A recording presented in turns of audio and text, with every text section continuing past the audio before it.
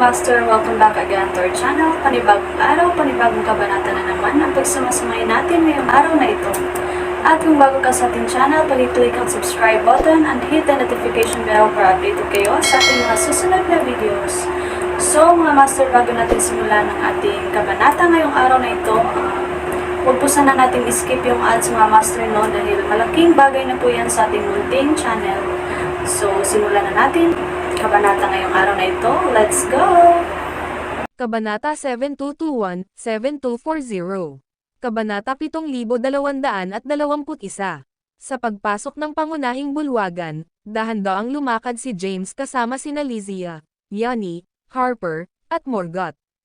Hindi tulad ng iba, ang parehong Morgoth at Lysia ay nagsuot ng mga itim na sombrero ng kawayan. Ang isa ay si Frana Sorremsia, ang pinuno ng siyam na mga Diyos ng Kailoros na walang kabuluhan. Ang isa pa ay ang nakasisindak na Morgoth, na dating pumatay ng hindi mabilang na mga Diyos. Itinago ni Lysia ang kanyang tunay na mukha upang maiwasan si Lord Goyo, at itinago ni Morgoth ang kanyang upang maiwasan na magdulot ng isang malaking kaguluhan bago magsimula ang labanan. Kahit na wala sa kanila ang masaya tungkol dito, sumunod sila dahil personal na inayos ito ni James. Sa kabila ng kanilang mga pagsisikap sa pagpapasya, ang kanilang pasukan ay nagdulot pa rin ng isang makabuluhang paggalaw sa bulwagan.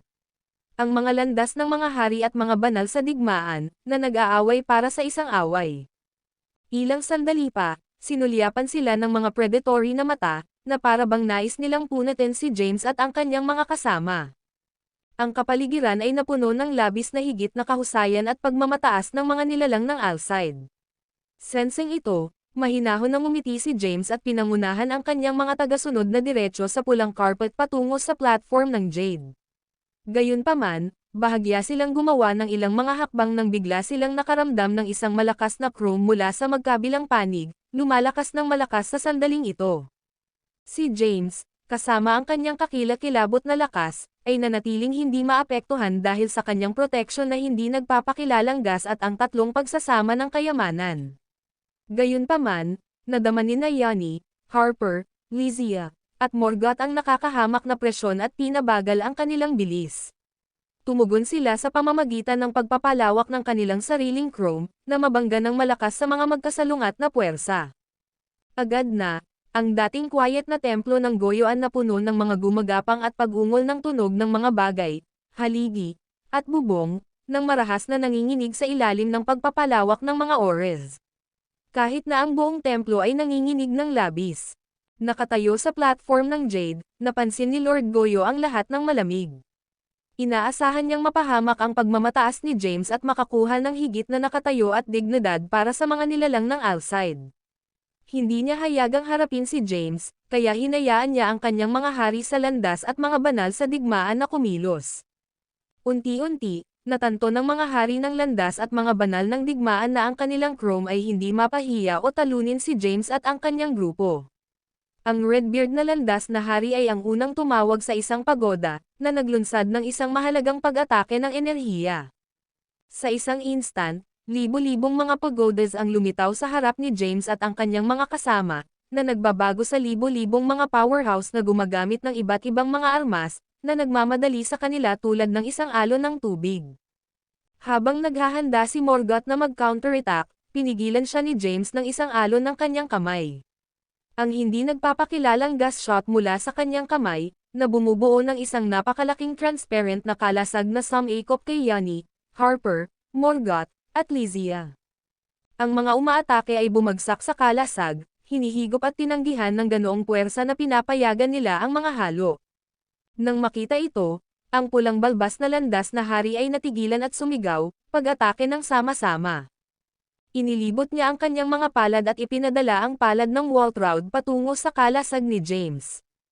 Kasabay nito, ang iba pang mga hari ng landas at mga banal ng digmaan ay pinakawalan ang kanilang mga supernatural na kapangyarihan, na naglulunsad ng isang mabangis na pag-atake sa kalasag. Habang ang pagsugpo ay naging isang all-out na pag-atake, si Yavren, na nakatayo sa likuran ni Lord Goyo, ay nagmamadali. Guro, ito. Iwanan mo na. Pinaikit ni Lord Goyo ang kanyang mga mata sa mga slits at ngumiti ng malamig. Kung hindi maipasa ni James ang pagsubok na ito, Paano niya maiuutos ang paggalang sa ating makapangyarihang mga nilalang na Alcide? Bumagsak si Yavrin. Ang pinagsamang kapangyarihan ng ilang mga hari ng landas at mga banal sa digmaan ay mas mapanganib kaysa sa sabay-sabay na pag-atake ng tatlong mga emperador ng landas.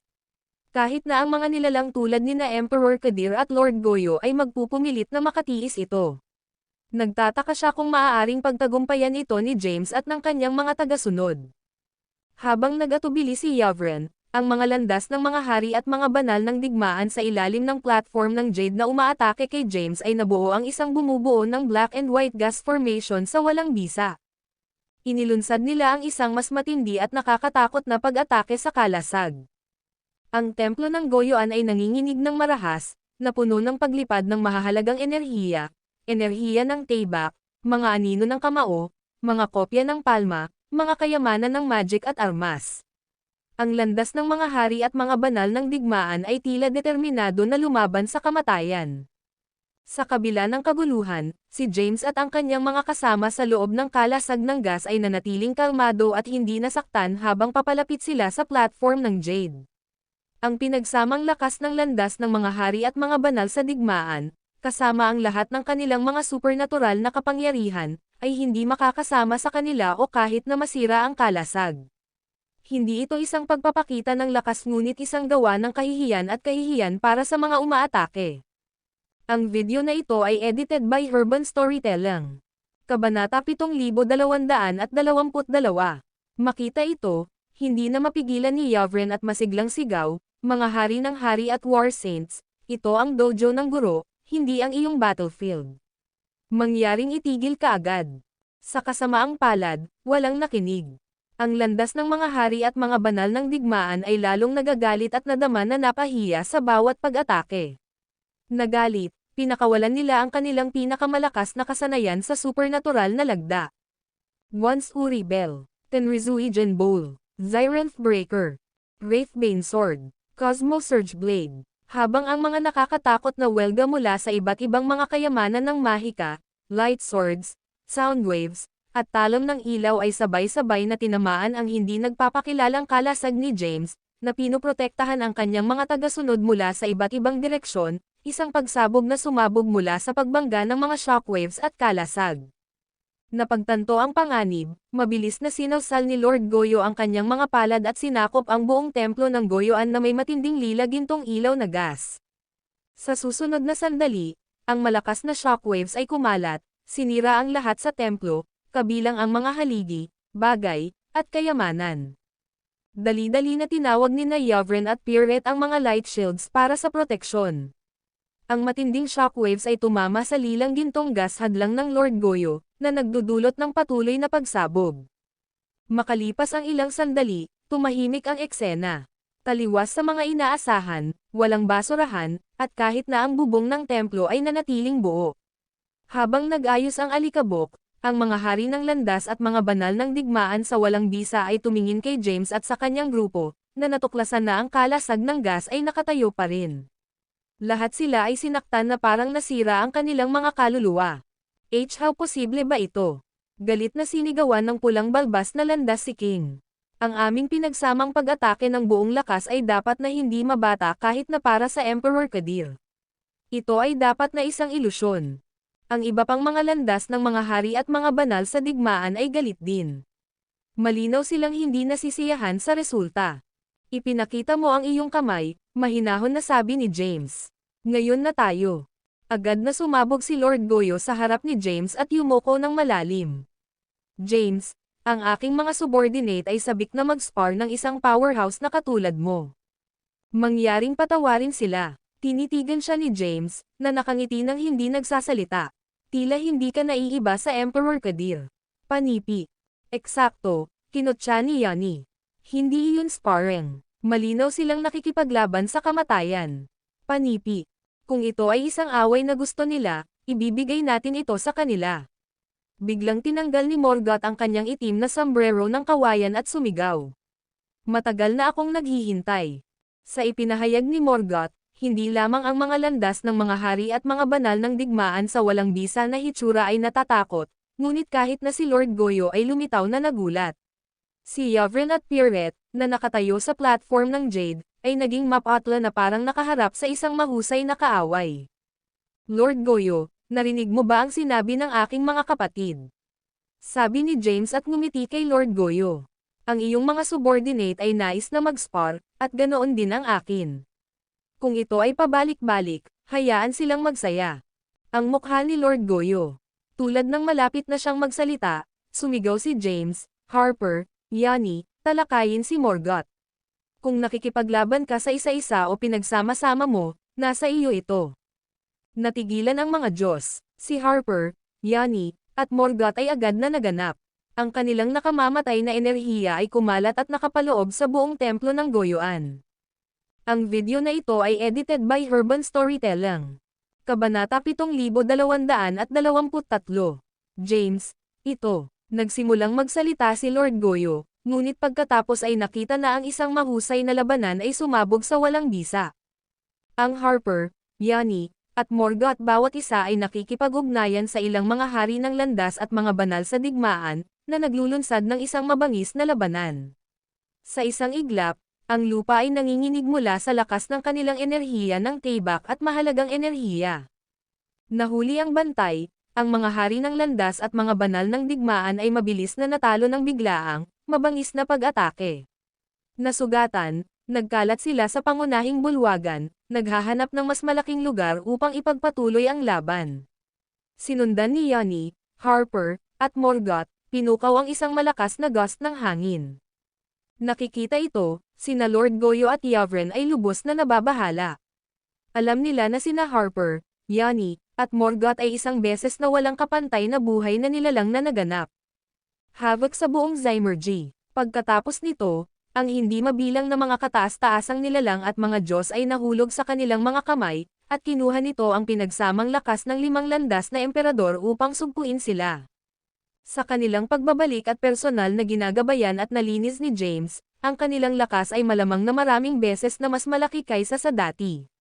Bagaman ang mga hari ng landas at mga banal ng digmaan ay pinalakas ng labanan at gaganapin ang mataas na posisyon sa mga powerhouse sa 49 na langit, na nahaharap sa tatlong kaguluhan na ito ay agad na iniwan sila ng kaunting pag-asa ng tagumpay. Lalo na tungkol sa hitsura ni Morgoth. Ang kanyang tanging pangalan ay maaaring gumawa ng lahat ng mga banal na nilalang nanginginig, at ang kanyang kalupitan at kalungkutan ay kilala. Hindi ito isang sparring match. Ito ay isang pagpapakita ng kapangyarihan na nilalayon upang mapahiya at durugan ang huling mga vestiges ng dignidad ng mga nilalang ng Alcide. Tulad ng pag-aalinlangan nina Lord Goyo at Yavren, inupo ni James ang kanyang sarili sa pangunahing upuan ni Lord Goyo. Kumuha siya ng isang garapon ng kaguluhan na absinthe at uminom ng walang tigil, walang malasakit sa kanilang mga kahilingan. Ito ay iniwan sina Lord Goyo at Yavren na pakiramdam na desperado at nasusunog ng pagkabalisa. Alam nila na ang mga landas na ito ng mga hari at mga banal sa digmaan ang pinakahuli ng paksayon ni Lord Goyo. Kung pinatay sila ngayon, ang suntok sa paksayon ay masisira at hindi mabata. Pinagsisisihan ni Lord Goyo ang kanyang mga naunang aksyon, na napagtanto na mula nang napili nila upang matiis ang kahihiyan, hindi na kailangang pukawin at korte ang karagdagang kahihiyan. Si James ay walang humpay at hindi nagpapatawad. Tila balak niyang panasan ang mga ito ng lubusan, walang iniwan na silid para kay rebuttal. Matapos ang isang mahabang panahon, ang isang itim at puting ilaw ay sumabog sa labas ng bulwagan, at lumitaw si Taichu sa isang magandang figure. Sinulyapan niya ang labanan na nagagalit sa walang bisa, pagkatapos ay mabilis na lumakad sa loob. Lord Goyo, ang iyong mga hari sa landas at mga banal sa digmaan ay matapang, hindi ba? Pinalo sila sa estado na ito at tumanggi pa ring sumuko. Panipi. Nang marinig ito, lumubog ang puso ni Lord Goyo, at tiningnan niya si James. James, sapat na iyon. Hindi siya pinansin ni James. Dumiretso siya at tumingin kay Taichu. Ms. Taichu, tapos na ba ang mga bagay sa iyong wakas? Huminga ng malalim si Taichu at ngumiti. Higit pa o mas kaunti. Tanging ang matigas ang ulo Emperor Steely sa ilalim ng Emperor Kadir ay namatay. Tungkol sa kanyang 2 kabanalan, 3 emperador, at 15 mga Diyos, sumuko na sila. Pinamunuan nila ang banal na hukbo ng 50 bilyong mandirigma, na nakaluhod sa labas ng bulwagan. Nag-flash si James, at nakita niya ang isang malaking karamihan ng mga banal na nilalang na nakaluhod sa walang bisa sa labas ng templo ng Goyoan. Sila ang silangang ruta ng Divine Army sa ilalim ng Emperor Kadir. Tumawa si James ng buong puso at tumayo. Ms. Taichu, mangyaring umupo. Binigyan ni Taichu si Lord Goyo ng isang mausisa na hitsura bago umakyat sa platform ng Jade at nakaupo sa kanan ni James. Sa sandaling iyon, dalawang higit pang mga sinag ng ilaw ang sumabog sa labas ng pangunahing bulwagan habang ang Emperor Stavros at Emperor Cosimian ay magkasama. Ang video na ito ay edited by Urban Storytelling. Kabanata 7224. Lord Goyo, ano ang nangyayari sa iyong mga hari sa landas at mga banal sa digmaan? Nagsalita muna si Emperor Cosimian. May kasabihan, ang isang malakas na general ay walang mahina na sundalo. Sabi ni Emperor Stavros na may isang pahiwatig ng Schadenfreude, marahil si Lord Goyo ay may mga kadahilanan. Naririnig ito, si Lord Goyo ay naging mas nababahala at tumingin muli kay James. James, sapat na iyon. Sa mga salitang ito, ang mga natipon na Diyos ay huminto sa sorpresa. Si Lysia, na nakatayo sa likuran ni James, ay dahan-daang nagsalita. Hampton Semir, kung sinabi mo ito kanina, marahil ay hindi mangyayari ang sparring na ito. Naririnig ang pangalang Hampton Semir, nanginginig si Lord Goyo at tiningnan si Lysia sa pagkabigla. Ikaw. Itinaas ni Lysia ang kanyang ulo ng walang takot. Hindi ba? Sino ang eksaktong ikaw? Pinaikit ni Lord Goyo ang kanyang mga mata sa mga slits. Kaunti ang nakakaalam ng aking tunay na pangalan sa Greater Realms. Mataas ang iyong sarili. Sino ang maglakas loob na tumawag sa iyo ng iyong pangalan? Arrogantly ang sinabi ni Lysia. Sa harap ng aming Panginoon, mas mahusay na hindi ka maglagay ng mga hangin. Malalim na nagulat si Lord Goyo at pagkatapos ay pinaihit ang tingin kay James. James, sandali akong nalilito. Ano? Sinulyapan siya ni James. Nagbabanta ka bang makipaglaban muli sa kamatayan? Hindi. Umiling-iling si Lord Goyo. Ibig kong sabihin, dahil pinili ka ng lahat bilang pinuno, hindi mo dapat pabor sa buhay na nilalang sa mga nilalang ng outside, kung hindi man, masisira nito ang iyong autoridad bilang napili. Nag-shock si James at dahan-daang itinaas ang kanyang ulo. Autoridad. Hilingin ko sa lahat dito, bago tayo pumasok sa Greater Realms, ano ang ibig sabihin sa iyo ng pamagat ng napiling isa? Ang katanungang ito ay iniwan si Lord Goyo na walang pagsasalita. Ang Taichu, Emperor Stavros, at Emperor Cosimian ay nagpalitan ng sulyap. Sila ay mga intelihenteng Diyos at naintindihan ang dobleng kahulugan sa likod ng mga salita ni James. Ang tunay na autoridad ay nagmula sa lakas at mapagpasyang pagkilos. Ang mga nilalang ng outside ay naging mataas ng napakatagal, sa kanilang pagkaalipin at pag-aakma sa mga nabubuhay na nilalang na malalim. Hindi nila gagamot ang mga nabubuhay na nilalang at si James nang may paggalang kung ang kanilang pakiramdam ng kahusayan ay hindi ganap na nasira. Sa makatuwid, ang laban ay kailangang magpatuloy hanggang sa sila ay nasakop. Hindi lamang ilang mga hari ng landas at mga banal ng digmaan, ngunit kahit na ang kalahati ng mga nilalang ng outside ay kailangang mamatay, kailangan nilang talunin. Ito ang paraan ni James ng pagpapasya sa mga Diyos. Siya ay walang hanggan na mapagparaya sa mga matapat na tagasunod ngunit sinaktan ng kulog na puwersa laban sa mga rebelde. Pareho kayong. Hindi pinansin ni James si Lord Goyo at tiningnan sina Emperor Cosimian at Emperor Stavros. Naayos na ba ang lahat?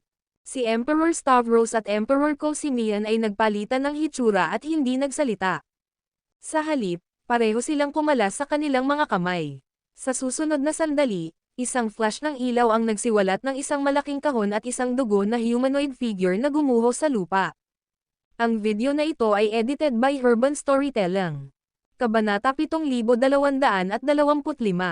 James ay nalilito sa pagsaksi sa eksenang ito. Sa kabilang banda, tumayo si Taichu sa sorpresa. Nakuha mo talaga ang dalawang emperor ng Serpmi.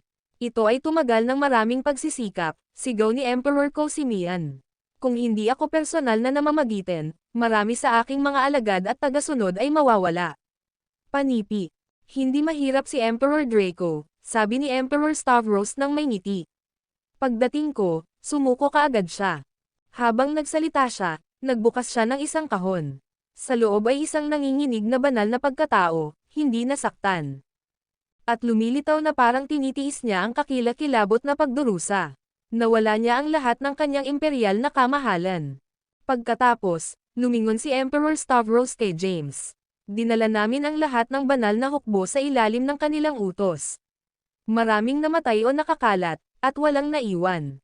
Sa katunayan, tumanggaw si Emperor Cosimian na may malalim na damdamin. Ang paksayon ni Emperor Kadir ay pangunahing binubuo ng mga powerhouse ng mga buhay na nilalang na unang pumasok sa Zymergy. Ang kanilang puot sa mga nilalang ng Alcide ay malalim. Mas gugustuhin nilang mamatay at muling ipanganak kaysa isumite. Naririnig ito, tumanggaw ng bahagya si James. Tumayo siya pagkatapos at gumawa ng isang kilos ng paanyaya. Mga emperador ng landas, mangyaring kumuha ng mga upuan. Sina Emperor Stavros at Emperor Cosimian ay nagpalitan ng isang sulyap bago lumakad papunta sa pulang carpet, umaakyat sa platform ng Jade, at nakaupo sa tabi ng Taichu. Wala silang ideya kung ano ang susunod na binalak ni James, ngunit hindi bababasa na kompleto nila ang mga gawain na itinalaga niya sa kanila. Mula sa kasalukuyang sitwasyon, tila walang balak si James na gawin silang mga subordinate, na pinagaan ang marami sa kanilang mga alalahanin. Morgoth, nais mong kainin muli ang mga banal na nilalang. Mayroon ka bang dignidad? Kung masisira mo ang reputasyon ng aking tao, ibabilang kita sa isang aso na demonyo, isang malinaw na babaeng banal na pagiging boses ng boses mula sa labas ng pangunahing bulwagan. Tumigil ang lahat at pagkatapos ay tumingin kay James. Alam nilang lahat kung sino ang bumalik. Nahawakan ni Lord Goyo ang isang lifeline at lumabas sa templo. Sa sandaling ito, si Taichu ay sumabog sa pagtawa. Emperor Kaidan, tila alam ni Lord Goyo kung sino ang umaasa. Pinahihit ni James ang kanyang mga mata sa labis na pagkagalit, habang si Emperor Stavros at Emperor Cosime ay nagpalitan ng alam na hitsura. Sa pamamagitan ng isang magaan na ubo, lumingon si James at tinanong, mga emperador ng landas, nagpakita ba si Taiyi Daaros Realm ng anumang mga palatandaan kapag kumilos ka? Ang tatlong landas ng mga emperador ay tumingin sa bawat isa at nanginginig ang kanilang mga ulo ng sabay-sabay. Kakaiba ito, sumimangot si Emperor Stavros. Logically, ang Taiyi ay ang pinakamalaking taga-suporta ni Emperor Kadir. Si Emperor Cosimian at ako ay nagplano na magpadala ng mga piling tropa patungo sa Taiyi Daaros Realm upang maiwasan ang anumang hindi inaasahang mga insidente. Gayunpaman, nanatiling tahimik si Taiyi kahit na matapos nating harapin ang mga hukbo ng northwest ng Emperor Kadir. Panipi. Ang Taiyi ay nakatayo bukod sa amin ng 5 mga emperador ng landas, pangalawa lamang sa Wait Arapat. Huminga ng malalim si Emperor Cosimian. Kung tunay na inilaan niyang makialam, hindi tayo magtagumpay ng madali. Naririnig ang 2 mga emperador ng landas, pinaliit ni James ang kanyang mga mata sa mga slits. Sa katotohanan, sa kanyang kasalukuyang kapangyarihan at impluwensya, ang tanging kinatakutan niya sa 49 na langit bukod kay Emperor Kadir ay ang hindi nakikita na Taiyi. Nagtataka siya kung bakit hindi gumawa ng hakbang si Taiyi habang ang mga kaganapan ay umunlad hanggang sa puntong ito.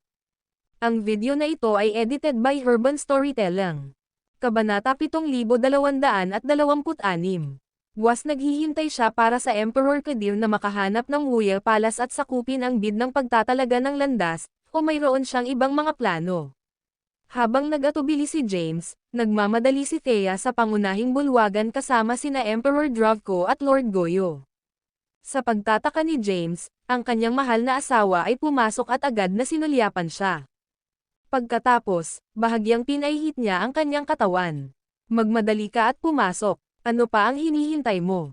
Sa susunod na sandali, pinasok nina Harper, Yanni, at Morgoth ang pangunahing bulwagan, bawat isa ay nagdrag ng 2 madugong figure tulad ng mga bata na kindergarten. Na may isang serye ng mga mapurol na thuds, ang mga numero ay itinapon sa lupa, na nakabitin ang kanilang mga ulo sa pagtanggi. Tingnan mo kung ano ang nagawa mo sa kanila, publiko sa publiko. Sumang-ayon kami sa kalat, hindi upang masaktan ang mga ito nang walang pag-iingat. Hindi namin sila sinaktan. Mabilis na itinaas ni Morgoth ang kanyang ulo. Thea, naglalaro lang kami sa kanila. Panipi. Naglalaro. Itinuro ni Thea si Morgoth. Kumain ka ng 2 hari ng landas. ibigay ang kanilang mga kaluluwa. Si Morgoth ay nagpalawak ng kanyang kamay ng walang pag-asa at pinakawalan ang dalawang kumikinang na kaluluwa na lumipad sa Thea. Si Thea ay nagbuntong hininga ng basta-basta at pagkatapos ay ibinigay ang mga kaluluwa kay Lord Goyo. Ang mukha ni Lord Goyo ay twitched, at siya ay nasa gilid ng galit. Nag-atubili siyang tanggapin ang mga ito. Inisip niya na magpapakita sa kanya si James ng ilang paggalang at hindi pupunta hanggang sa makakasama sa kanyang mga hari sa landas at mga banal sa digmaan. Gayunpaman, nang makita ang sitwasyon sa labas, naging malinaw na ang mga kasama ni James ay hindi nag-sparring. Nakakahiya sila at pinahihirapan sila. Lalo na ang nakasisindak na Morgoth, na brutal na kinain ang dalawang babaeng hari sa landas. Ito ay isang gawa ng matinding savagery. Kung hindi ito para sa interbensyon ng gobernador ng Yin, wala sa kanyang mga hari sa landas at mga banal ng digmaan na nakaligtas. Lord Goyo, inayos ng gobernador ng Yin ang kanyang tingin sa kanya. Dinako ay isang alside na pagkatao, ngunit ang ating saloobin sa mga nabubuhay na nilalang ay kailangang baguhin. Tingnan ang kasalukuyang sitwasyon. Panipi. Kinagat ang kanyang mga molar, huminga ng malalim si Lord Goyo bago mabagal na maabot upang tanggapin ang dalawang kaluluwa na ibinigay. Hanggat nananatili ang kanilang mga kaluluwa, mabilis nilang maibalik ang kanilang pisikal at gininto ang katawan, tiniyak ni Thea na si Lord Goyo. Gayunpaman, dapat mo ring pigilan ang iyong mga alagad, kung hindi man, ang mga naturang insidente ay mangyayari muli. Tumanggo si Lord Goyo. Pinasalamatan niya si Thea at pagkatapos ay dahan-daang lumakad sa platform ng Jade. Nawala ang dating kamahalan at likas na awtoridad. Siya ngayon ay parang isang bumagsak na figure na nawala ang lahat ng dignidad at paggalang. Ang kanyang kondisyon ay sumisimbolo sa kapalaran na naghihintay sa mataas at malalakas na alside na nilalang ng Zymergy. Haharapin nila ang pagkawala ng lahat. Masaya nila ang kanilang kahusayan ng matagal na nakalimutan nila kung sino sila at hindi napansin ang mabilis na paglaki ng kanilang mga kalaban. Kapag sa wakas ay nagising sila sa katotohanan, huli na. Sinulyapan ni Thea si Emperor Drovko at nagpatuloy sa platform ng Jade. Sinabi ni Emperor Drovko, Emperor Kaidan, sa pagkakataong ito ay nakamit natin ang kapayapaan sa pamamagitan ng labanan. Nakuha namin ang 3 kabanalan, 7 emperador, at 800 bilyong banal na hukbo mula sa mga puwersa ni Emperor Kadir. Matagumpay na nakompleto namin ang misyon. Naririnig ito, agad na tumayo si James. Salamat, Emperor Drovko. Ngunit, mabilis na itinaas ni Emperor Drovko ang kanyang ulo. Si Emperor Marvel ng paksayo ni Emperor Kadir ay humantong sa isang maliit na banal na hukbo upang makatakas sa Taiyi Daonas Realm. Nais naming ituloy ang mga ito ngunit naharang ng hukbo sa Taiyi Daonas Realm. Upang maiwasan ang salungatan, pinili nating umatras. Taiyi, sumimangot si James. Kaya, sa wakas ay namagitan siya. Ang video na ito ay edited by Urban Storytelling. Kabanata 7227. Ang Taiyi ay orihinal na taga-suporta ni Emperor Kadir, malamig na sinabi ni Lord Goyo. Kung wala ang kanyang proteksyon, ang mga emperador namin ay punatin siya ng mga piraso. Ang mga salita ni Lord Goyo ay agad na sumasalamin sa karamihan. Si Emperor Stavros ay nag-furrow ng kanyang mga browser. Taichi Rango muna. Pangalawa ay si Taiyi. Pangatlo, Lord Goyo. Pang-apat, Emperor Tapia. Ika-5, Xyloria Taichu. Ika-6, Yaretzi. Ika-7, Oras. Ika-8, Kabutihan. Ika-9, Space. Ang ika-10 ay kapalaran, direksyon, at kapalaran. Ayon sa pagrarango ng mga top-tier powerhouse sa Health Realm, hindi rin ito magagawa ni Emperor Kadir. Higit na mga lupain. Panipi. Tama iyon. Bumantong hininga si Emperor Kosimian. Siya ay umasa sa mga koneksyon upang makuha ang posisyon ng Emperor ng Landas, na ginagawang nahihiya ang mga emperador ng Landas. Panipi. Bahagyang nag-squint si James. Alam ko muna si Taichi, pangalawa ay si Taiyi, at pagkatapos ay si Lord Goyo. Kumusta naman ang natitira? Ang mga Diyos ay nagpalitan ng sulyap sa harap ni Emperor Stavros. Ang ika-4 ay tumutukoy kay Emperor Tapia, tagalikha ng mapagkukunan ng Wormscale. Ang ika-5 ay si Xyloria Taichu, na humantong sa 49 na langit, habang ang ika-6 ay si Yaretzi, nagmula ng tunog sa Health Realm. Ang ikapitong, ikawalo, at ikasyam ay nagpapahiwatig ng mga Diyos na responsable para sa oras, kabutihan, at puwang. Ang mga ito ay Mackenzie Zelda, ang Diyos ng oras, Yelizaveta Zenobia, ang Diyos ng kabilang, at Maurice Garrett, ang Diyos ng kalawakan. Ang ikasampu ay tumutukoy sa tatlong mga Diyos na nakredito sa paglikha ng kapalaran, direksyon, at kapalaran. Sila si Lucas Tan, ang Diyos ng kapalaran, si Joel Zaydan, ang Diyos ng mga direksyon, at Yoko Quetzal, ang Diyos ng kapalaran. Panipi. Matapos marinig ito, hindi makakatulong si James kundi maggasp. Ang paliwanag na ito ay nalutas ang isang matagal na puzzle para sa kanya. Ang Health Realm ay dapat magkaroon ng pinagmulan sa gitna ng lahat ng pagkakaiba-iba nito. Ngayon, ang mga nabubuhay na nilalang, Zymergy, tunog, oras, kabutihan, puwang, kapalaran, at kapalaran ay lahat ay accounted. Sa lahat ng ito, ang Health Realm ay maaaring umusbong sa masiglang estado nito. Mula sa kawalang saysay ng Taiyi at Taichu, sa pamamagitan ng pagsasama na sumasaklaw sa wala at pagkakaroon ni Taishi, sa solidification ng pagkakaroon ng Terta, at kasunod, ang kapanganakan ng mga gobernador ng Yin at Yang ni Xyloria Taichi, langit at lupa ay nagsimula. Kasunod nito, hindi mabilang na mga nabubuhay na nilalang ang ipinanganak, na humahantong sa unti-unting pagbuo ng maraming mga larangan.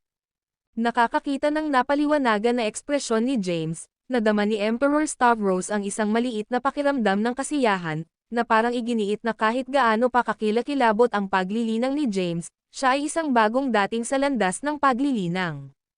Kung ikukumpara sa malawak na kaalaman ni Emperor Stavros, si James ay may mahabang paraan pa rin. Sa sandaling ito, biglang nagsalita si Taichu. Dapat nating bigyang diin si Yaretzi. Kung wala siya, ang tunog ay hindi umiiral sa napakaraming mga larangan, imposible ang pag-uusap at ang tinig ng Widrelith ay hindi umiiral.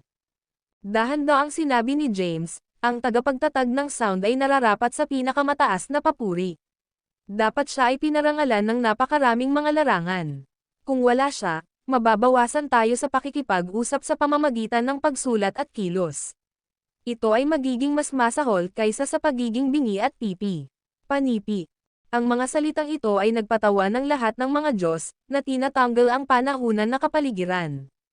Makalipas ang ilang sandali, ngumiti si Taichu at sinabi, sa katotohanan, ang pagraranggo ni Yaretzi na pang-anim na underestimates ang kanyang kapangyarihan at katayuan. Dapat siya ay nasa itaas sa akin, marahil kahit nasa itaas ng Emperor Tapia. Tumingin siya sa mga Diyos. Isipin ito, magagawa natin ng walang Zymergy at ang mapagkukunan ng worm scale, ngunit hindi natin magagawa ng walang tunog. Ang pinakamalaking pagkakaiba sa pagitan ng Health Realm at Xanadu Realm ay ang paglikha ng form at tunog. Kaugnay nito, ang kontribusyon ni Yaretzi sa Health Realm ay hindi ma-overstated. Panipi. Sapat na, mahigpit na sinabi ni Lord Goyo. Kung hindi mo ito masasabi, gagawin ko. Sa mga kakayahan ni Yaretzi, nararapat siyang maging kabilang sa nangungunang tatlo sa mga mas malaking realidad. Sikat lamang ako sa pangalan lamang. Natigilan ang mga salitang ito sa mga Diyos. Natuto si Lord Goyo ng pagpapakumbaba. Tila nawala na ang kanyang dating pagmamataas matapos mabugbog ni James. Ang video na ito ay edited by Urban Storytelling. Kabanata 7228. Nagsasalita ako ng katotohanan. Bumantong hininga si Lord Goyo. Si Taiyi ay nagmula sa landas ng Wait-Ara. Siya ang pinakamahalagang Diyos ni Health Realm at pinuno ng lahat ng mga Diyos. Ang kanyang posisyon bilang pangalawa sa ranggo ay isang likas na bunga. Para sa akin, wala akong nag-ambag sa mas malaking realidad kahit na ako ay isang offhoot ng Wait-Ara path. Sa halip, ipinagkatiwala ko ang mga lupain sa mga taksil na Diyos, na humahantong sa pagkawasak ng hindi mabilang na mga banal na nilalang. Ang aking mga kasalanan ay hindi mapapatawad. Nang makita na walang tumugon, nagpatuloy siya. Kaya, si Yaretzi na naranggo sa ikatlo ay lampas sa pagtatalo. Ikaw ay katamtaman, sabi ni James nang may ngiti. Pinamamahalaan mo ang mga gawain ng higit na mga lupain para sa Wait-Ara path, na kumikilos bilang kanyang kinatawan. Ito ay katulad ng pagiging isang punong ministro sa mga termino ng tao. Ito ay isang posisyon ng malaking kapangyarihan at impluwensya. Ang kanyang mga salita ay panunukso, nainis na si Lord Goyo. Sa isang makasalanang pagtawa, sinabi ni Lord Goyo, "James, alam mo ba ang mga pinagmulan at nakaraang buhay ni Yaretzi?" Sagot ni James, "Lahat ako ng tainga." Sa pakiramdam na siya ay nakakuha ng ilang dignidad, si Lord Goyo ay ngumiti ng bahagya. Si Yaretzi ay ipinanganak mula sa gas ng Taiyi pagkatapos ng Taichu, bilang isang espiritu na pinangalagaan sa anyo ng tao. Siya ang nag-iisang anak na babae na ipinanganak mula sa gas ng Taiyi. Sorpresa ni James sa sorpresa, kaya, ipinaglihi siya ng walang tao at ipinanganak si Yaretzi. Si Lord Goyo ay natanggap ng pahayag na ito, habang ang iba pang mga Diyos ay tumingin sa isa't isa sa awkward na katahimikan. "May sinabi ba akong mali?" Sumimangot si James. "Hindi, tama ka." Ang tinig ni Thea ay ipinadala kay James, tunog na nakakainis. "Hindi tulad mo, na nag-iisip tungkol sa paggawa ng mga sanggol sa lahat ng oras, ang mga nilalang ng Alcide ay maaaring magparami ng walang mga lalaki." Panipi. Natigilan si James at tumingin kay Thea, para lamang makatanggap ng isang makabuluhang mata roll mula sa kanya. Matapos linisin ang kanyang lalamunan, kinuha ni Emperor Stavros ang pag-uusap. "Tama si Emperor Kaidan." Kinutya ni James, "Ano ang big deal? Wala ka bang ikasal o nakahanap ng mga kasosyo?" Tinuro niya si Taichu at sinabi, "MS Taichu, hindi ka ba at Feby?" "Emperor Kaidan." Si Taichu ay namumula. "Tinatalakay namin ang mga malubhang bagay." Kinalat ni James ang kanyang mga kamay, mukhang walang kasalanan. Sa kanya, ang pag-ibig at mga relasyon ay mga likas na paksa. Kinuha nila ang mga porma ng tao at pinagtibay ang emosyon ng tao, gayunpaman kumilos sila na parang ang mga nasabing paksa ay bawal. Ito ay tila mapagkunwari. Matapos ang isang sandali ng hindi nakakagulat na katahimikan, tumingin si Thea kay Lord Goyo. "Si Yaretzi ay asawa ni Emperor Kadir, di ba?" Ang video na ito ay edited by Urban Storytelling. Kabanata 7229. Sa sandaling sinasalita ang mga salitang ito, agad na tiningnan ni James si Lord Goyo. Nagawa ni Emperor Kadir na pakasalan ang anak na babae ni Taiyi. Biglang nagsalita si Morgoth. Paano ang isang tao ng kanyang kalibre ay maglakas loob na marumi ang tagalikha ng tunog? Napabuntong hininga si Lord Goyo at tumayo ng may ngiti. Oo, si Emperor Kadir ang nagpakasal sa anak na babae ni Taiyi na si Yaretzi Yolan. Dahil dito, ang mga Alcide na nilalang ay nakabuo ng matinding puot at kasuklam-suklam sa kanya at sa kanyang buong lahi, na humahantong sa kasalukuyang hindi mapagkasundo ang sitwasyon. Patuloy niyang ipinagtanggol ang mga nilalang ng Alcide, iginiit na mayroon silang mga dahilan para sa pag-aapi sa mga nabubuhay na nilalang. Gayunpaman, tila maliit na hawak nila ang gayong sama ng loob sa isang solong buhay na pagnanakaw ng kanilang pagmamahal. Sa sandaling ito, tumayo rin si Emperor Stavros at sinabi, "Ang Emperor Kadir ay talagang may mga kasanayan, namamahala sa pakasalan si Yaretzi, ngunit nakamit niya ito sa pamamagitan ng matamis na pag-uusap at panlilinlang. Ang pagsakay sa katayuan ni Yaretzi at gamit si Taiyi bilang kanyang biyenan, siya, isang buhay na buhay, ay tinanggap sa ilalim ng Wait Arapat at umakyat sa ranggo ng walang kahirap-hirap." Naririnig ito, bumalik si James sa pangunahing upuan sa platform ng Jade. "Maunawaan ang iyong punto. Sinusuportahan ni Taiyi si Emperor Kadir dahil sa kanilang relasyon bilang INLAWS. Sa pagkakaalam ko, si Emperor Kadir ay may isang anak na babae, na kalaunan ay bukas na naging pangalawang Taichi, na nagngangalang Yeria Irjo. Alam ba ni na Yaretzi at Taiyi tungkol dito?" Panipi. "Siyempre ginagawa nila." Kinutya ni Emperor Cosimian. "Sino sa Greater Realms ang hindi?" Ngunit ang Wait Arapat ay nawala na, at si Emperor Kadir ay lumitaw bilang de facto na pinuno ng Greater Realms, na gumagamit ng Gate ng Misteryo. Pangalawa lamang kay Lord Goyo, sino ang maaaring hamanin sa kanya ngayon? Panipi. Hindi man si Taiyi. Tumingin si James kay Emperor Cosimian. Dapat niyang magawa, nakipag-ugnay si Taichu. Gayunpaman, hindi niya ito hinabol sa ilang kadahilanan. Naririnig ito, tahimik si James, nagtataka kung bakit pinigilan ni Taiyi kapag ang kanyang kapangyarihan at katayuan ay maaaring walang kahirap-hirap na durugan si Emperor Kadir.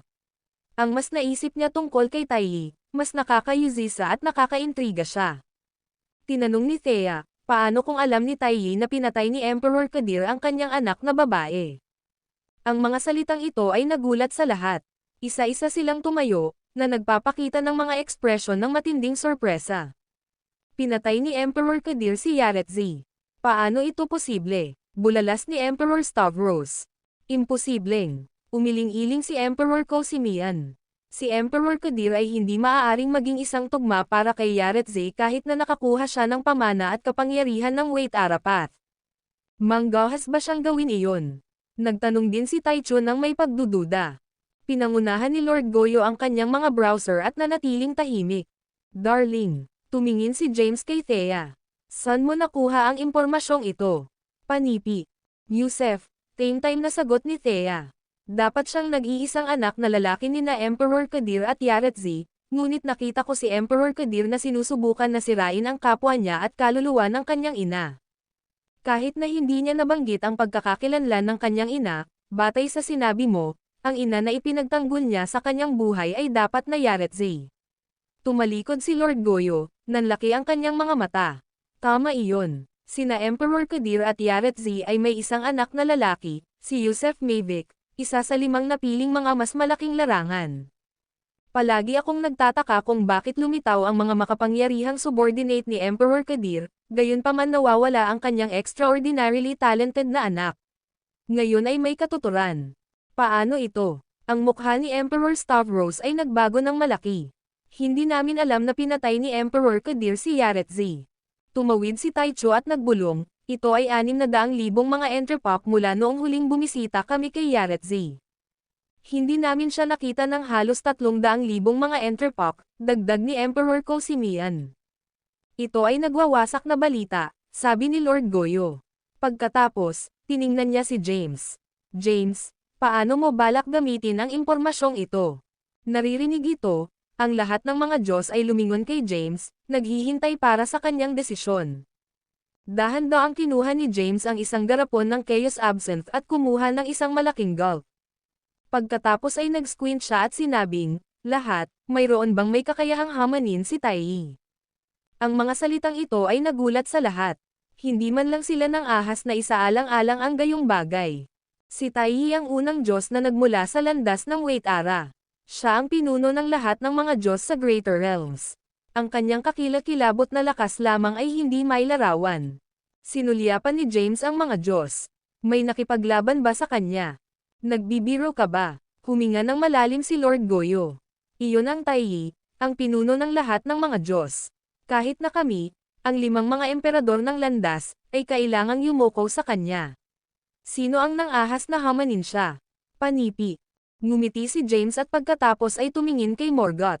Kumusta ka, Morgoth? Mabilis na itinaas ni Morgoth ang kanyang ulo. James, sadyang sinusubukan mong ipahiya ako. Gupitin ang basura. Mayroon ka ba? Walang tiyaga na tanong ni James. Si Morgoth ay gamulong sa kanyang mga mata kay James at nagbulong, si Tiv ay na-trick ni Emperor Kadir. Paano ako magkakaroon ng pagkakataon na makilala si Taiyi? Panipi. Ito ang kanyang karaingan. Ngunit ipinahiwatig nito na hindi niya rin mahawakan ang isang emperador ng landas, hayaan ang isang tao na nakakatakot bilang Taiyi. Nakatayo ng dahan-dahan, inihayag ni James ang isang kakaibang ngiti. Kung wala sa iyo ang naharap sa kanya, subukan natin ang tunay na lakas. Itinaas niya ang kanyang tinig at sumigaw, lahat, ang aming susunod na misyon ay ang pag-atake sa lupain ng Taiyi Daunas. Makipaglaban sa sukdulan at pilitin si Taiyi na ibunyag ang kanyang sarili. Panipi. Ang mga salitang ito ay nagulat sa lahat na naroroon, at tiningnan nila si James na parang baliw. Ang video na ito ay edited by Urban Storytelling. Kabanata 7230. Challenging Taiyi ay simpleng kabaliwan. Dahil ang pagbuo ng Greater Realms, walang nang-ahas na hamanin siya. Kahit na sa panahon ng paghahari ng Wait Arapath, siya ay iginagalang ng may paggalang. Ang paggalang na ito ay hindi lamang mula sa kanyang supremely matayog na katayuan kundi pati na rin mula sa kanyang mailap na kalikasan. Bihira siyang lumilitaw sa Health Realm, hanggang sa kahit na ang 5 landas ng mga emperador ay nahihirapan na matugunan ang kanyang mukha. Bukod dito, Ang mga alagad ng Taiyi ay marami at kakilakilabot, na may mga nakatagong lakas na hindi mababawas. Bihira siyang makagambala sa mga gawain ng 49 na langit at nananatiling misteryo sa labas ng mundo. Gayunpaman, kapag ang 49 na langit ay nahaharap sa isang biglaang pagtaas ng mga hindi karapat-dapat na paksayon at sekta, 108 mga powerhouse ang lumitaw kung kanino. Ang lakas ay napapamalas ng lahat ng iba pang mga Diyos.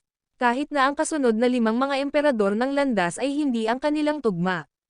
Galit na galit ang Wait Arapat ngunit napilitan ng katayuan mula sa intervening ng direkta, kaya hinayaan niya si Taiyi na malutas ang bagay na ito. Si Taiyi mismo ay hindi lumitaw. Sa halip, ipinadala niya ang kanyang 3 mga alagad na mabilis na pumatay sa lahat ng 108 transcendental powerhouse ng mga unorthodox na paksayon at sekta.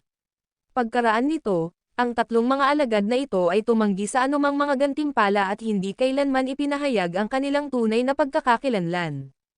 Tahimik silang bumalik sa Taiyi Daonas Realm. Ang labanan na ito ay karagdagang semento ang sekta ng Taiyi na walang kapares sa prestihiyo sa buong realms at Health Realm. Pinahusay din nito ang kanyang aura ng misteryo. Nang maglaon, ang iba't ibang mga puwersa sa Health Realm ay nagsimulang pukawin kapag biglang umatras ang Wait Ara. Ang sekta ni Taiyi ay muling namamagitan sa mga gawain ng kaharian. Sa ilalim ng kanyang utos, ang 9 na top-tier na Aetherless Path Saints ay lumitaw, hindi lamang upang maiwasan ang 8 Daonas Realms ng 49 na langit kundi pati na rin upang bantayan ang Zyretia Gate.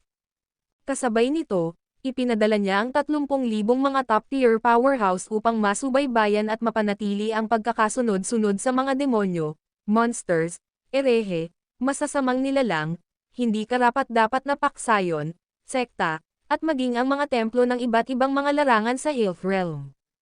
Tiniyak nito ang isang maayos na paglipat sa Health Realm pagkatapos ng pag-alis ng Wait Arapat, na matapat na isinasagawa ang Taoism ng Wait Arapat.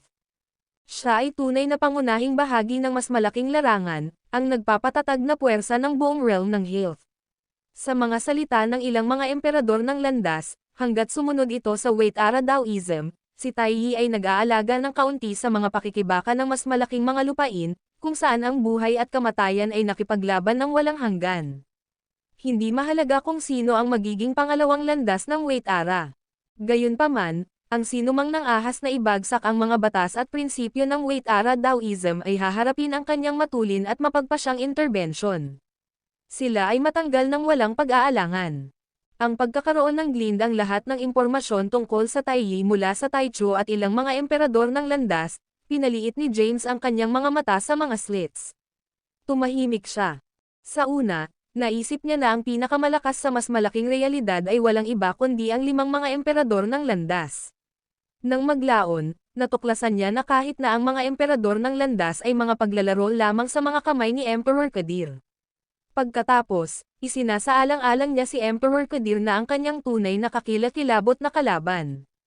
Gayunpaman, naramdaman niya na si Emperor Kadir ay pangalawang pinakamahusay lamang sa pagdinig tungkol sa Taiyi.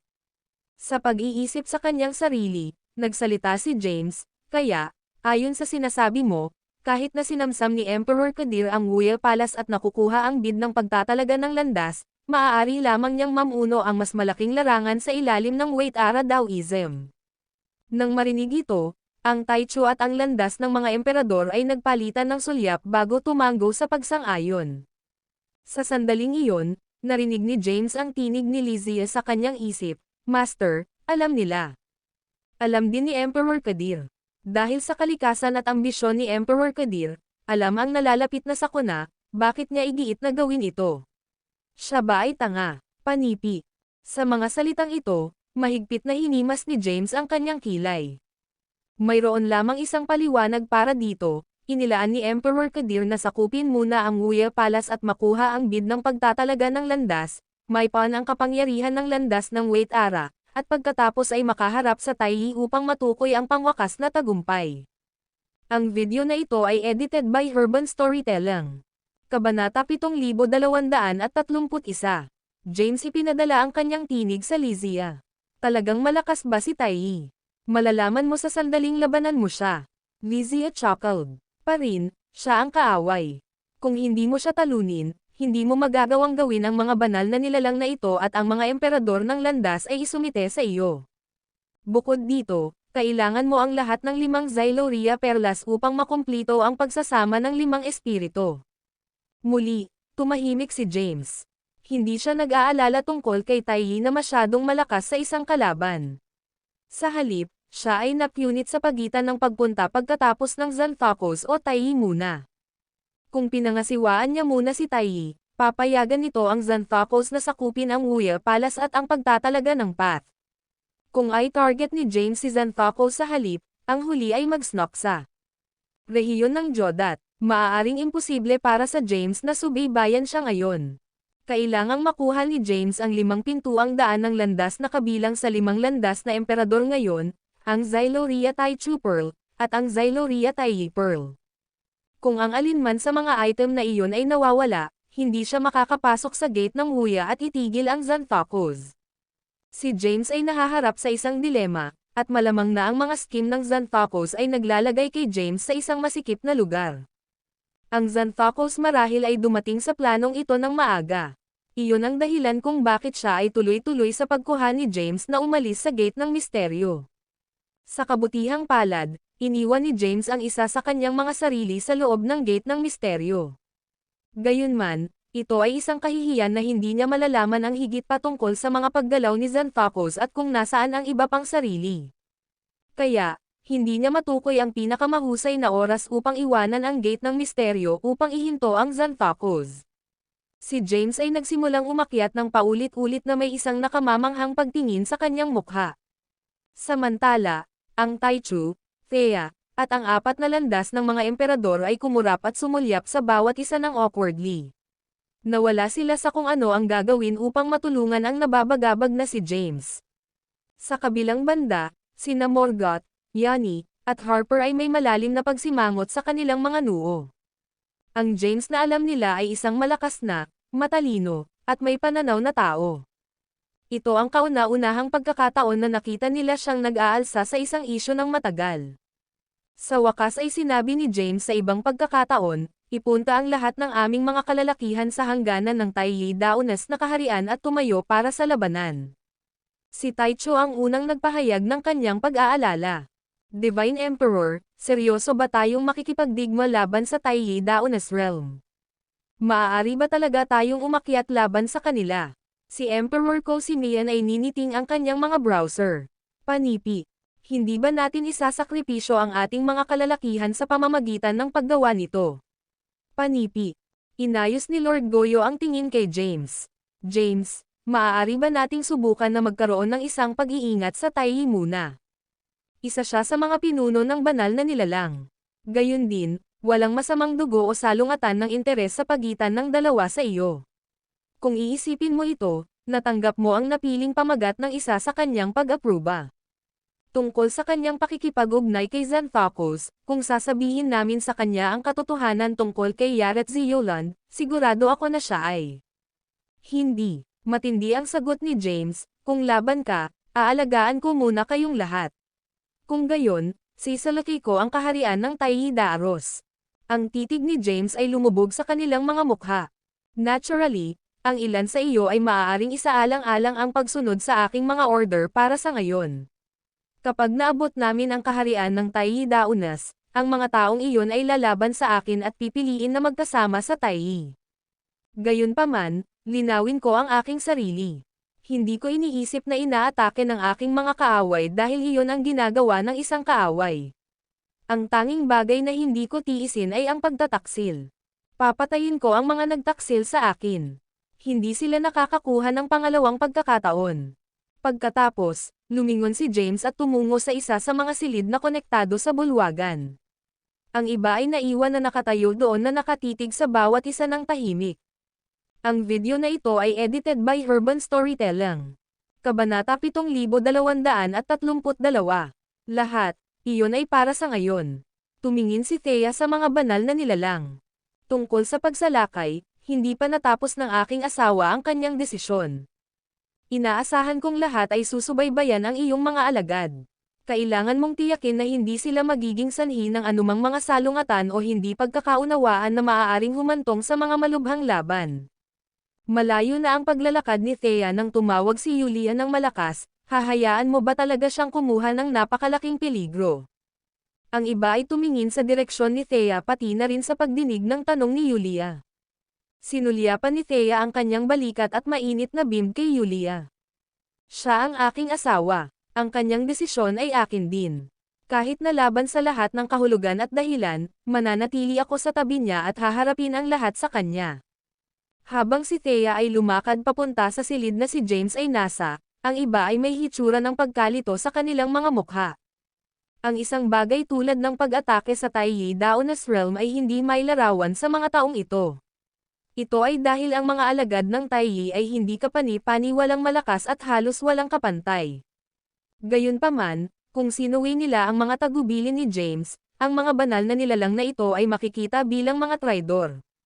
Ipinahayag pa ni James na papatayin niya mismo ang mga traidor na iyon.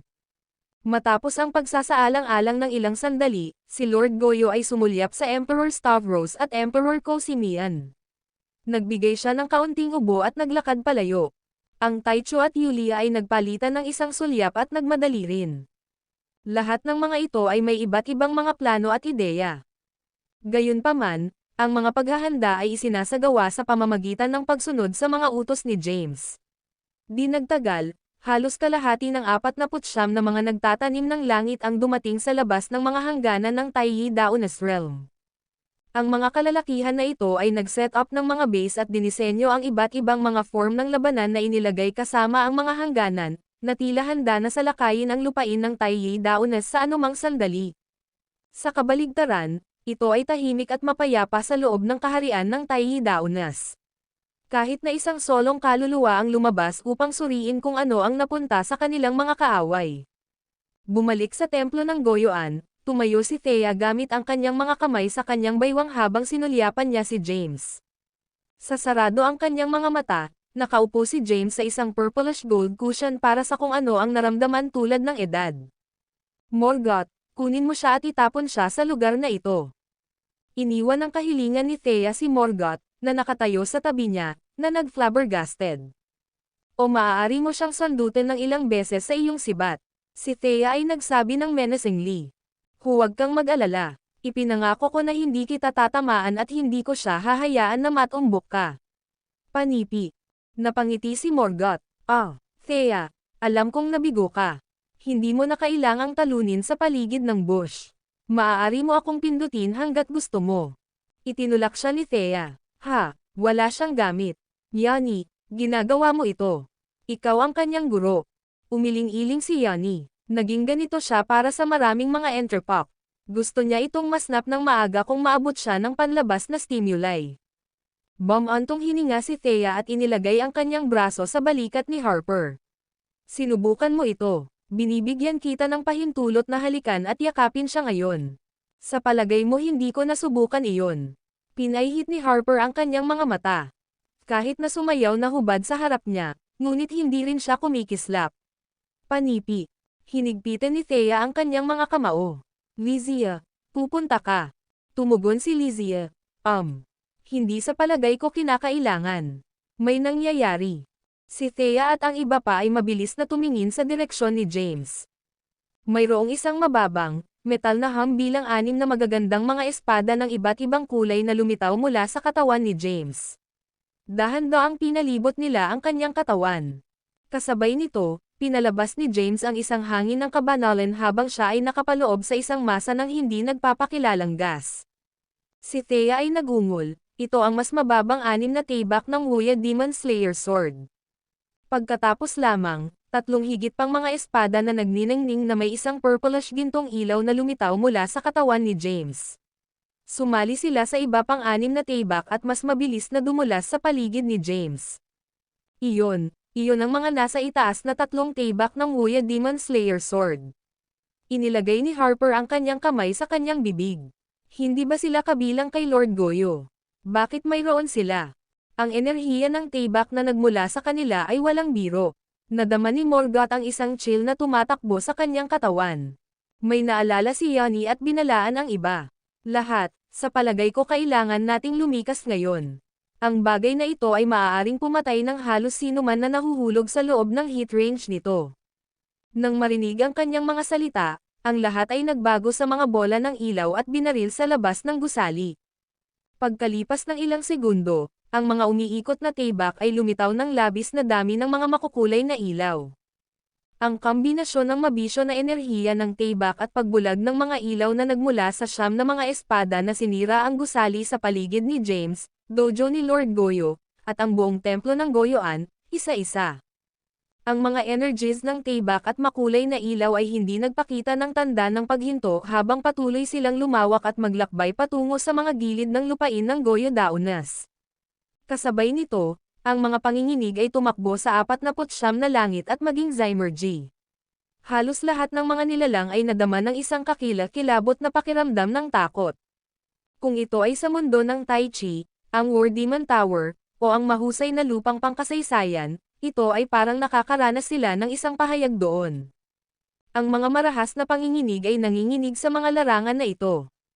Sa Great Historical Land, tinitigan ni Stephen at Luko ang langit na may pinalawak na mga mata. Ang isang sinag ng ilaw ng taybak ay tumagos sa pamamagitan ng mahusay na Historical L at naglakbay pababa sa lupain ng Forlat. Ang ilaw ay nanganak sa pamamagitan ng War Demon Tower at naabot ang mundo ng Tai Chi. Doon, ang ilaw ng taybak ay nagsimulang dumarami at nabuo ang libo-libong mga beam ng ilaw. Ang mga light beam na ito ay naglakbay sa lahat ng direksyon. Ang mga planeta, bituin, at unibersidad na tinamaan ng mga beam ng ilaw ng taybak ay sumabog agad. Kasabay nito, ang iba't ibang mga larangan at puwang ay nahati sa pamamagitan ng ilaw ng taybak at muling pinagsama. Sa kalaunan, ang sinag ng ilaw ng taybak na bumaba mula sa Zymergy ay nabuo ng isang mahaba, direktang daanan sa 49 na langit. Ang video na ito ay edited by Urban Storytelling. Kabanata 7233.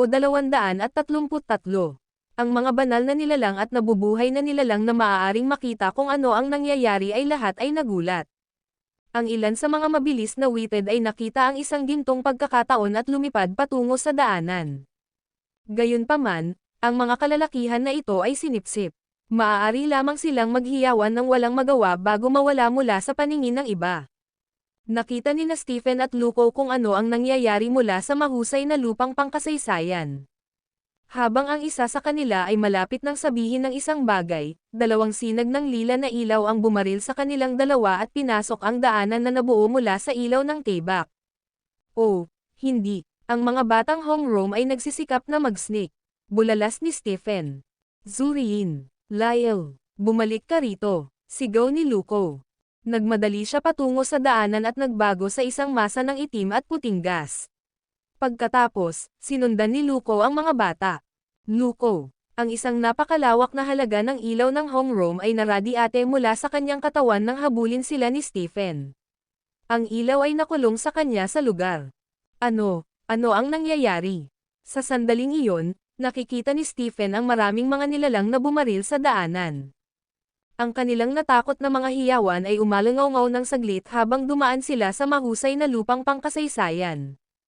Mabuting Panginoon, hangin na si Stephen. Gaano kayo katakot? Ang ilaw ng taybak na ito ay maaaring talagang tumusok sa pamamagitan ng espiritual na patunay. Tila isa pang malaking hamon ang dumating sa amin muli. Itinapon ni Stephen ang kanyang ulo at sumigaw ng labis, Master. Nasaan ka? Bakit hindi ka pa babalik? Panipi. Samantala, maraming mga form ang lumitaw sa malayo at na-teleport kay Stephen. Nang malapit na sila, makita ni Stephen na sila ay sina Zu, Beatrice, Zenda, Lord Yerovale, at Lord Zephyr. Ang mga kalalakihan na ito ay nangungunang mga magsasaka na tumanggap ng espiritual na patunay mula kay James at nagdala ng responsibilidad na protektahan ang iba't ibang mga lupain. Ang pangkat ng mga ito ay sumusunod sa kahabaan ng mahiwagang daanan ng ilaw upang siyasatin ito. Sa kanilang sorpresa, natagpuan nila si Stephen na mausisa na natigil sa isang lugar, hindi makagalaw. Bata ng homeroom, ano ang nangyari sa iyo? Tanong ni Zu. Hindi ako sigurado, ngunit hindi ako makagalaw ng biglaang, sabik na sagot ni Stephen, kailangan mong magmadali at sirain ang daanan. Ito ay nilamon ang mga buhay na nilalang non-stop. Kung magpapatuloy ito, aalisin nito ang lahat ng mga nabubuhay na nilalang. Hindi ko mahaharap ang aking Panginoon kung nangyari iyon. Ibinaling ni Zu ang kanyang mga mata sa iba. Ang lahat ng 5 sa kanila ay umabot sa parehong pag-unawa sa isang simpleng sulyap. Itinaas nila ang kanilang mga kamay at isinagawa ang kanilang pinakamahusay na mga kasanayan sa lagda, na sumasabog ang kanilang mga kapangyarihan sa pagpasa ng ilaw halos ng sabay-sabay. Boom! Boom! Boom! Di nagtagal, napagtanto nila ang kanilang mga pag-atake na nagdulot ng zero pinsala sa napakalaking daanan ng ilaw. Bukod dito, ang daanan ay tila sumisipsip ng kanilang mga kapangyarihan. Pagkatapos lamang, maraming mga beam ng Bonewar Light na nakarating sa isang lugar sa malapit. Si Herodias, Yegor, ang Celestial Sages, Rebella, Adair, Zeisha, Truet, at Zitlali ay lumabas sa mga ilaw. Tumigil ka. Tumawag si Herodias sa pangkat ng Zu, hindi mo ba nahanap ang aura na nagmula sa daanan na kakaibang pamilyar? Si Zu at ang iba pa ay tumigil sa pag-atake sa daanan nang marinig nila ang mga salita ni Herodias. Si Yegor ay nag-furrow ng kanyang mga browser. Sinasabi mo ba na bumalik siya? Nararamdaman ang kanyang aura. Ang boses ni Rebella ay nanginginig.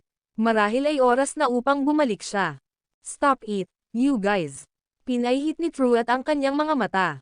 Kung ito talaga si James, bakit siya lalamap sa maraming nabubuhay na nilalang? Siya ang banal na emperador, alam mo. Ang video na ito ay edited by Urban Storytelling. Kabanata 7234.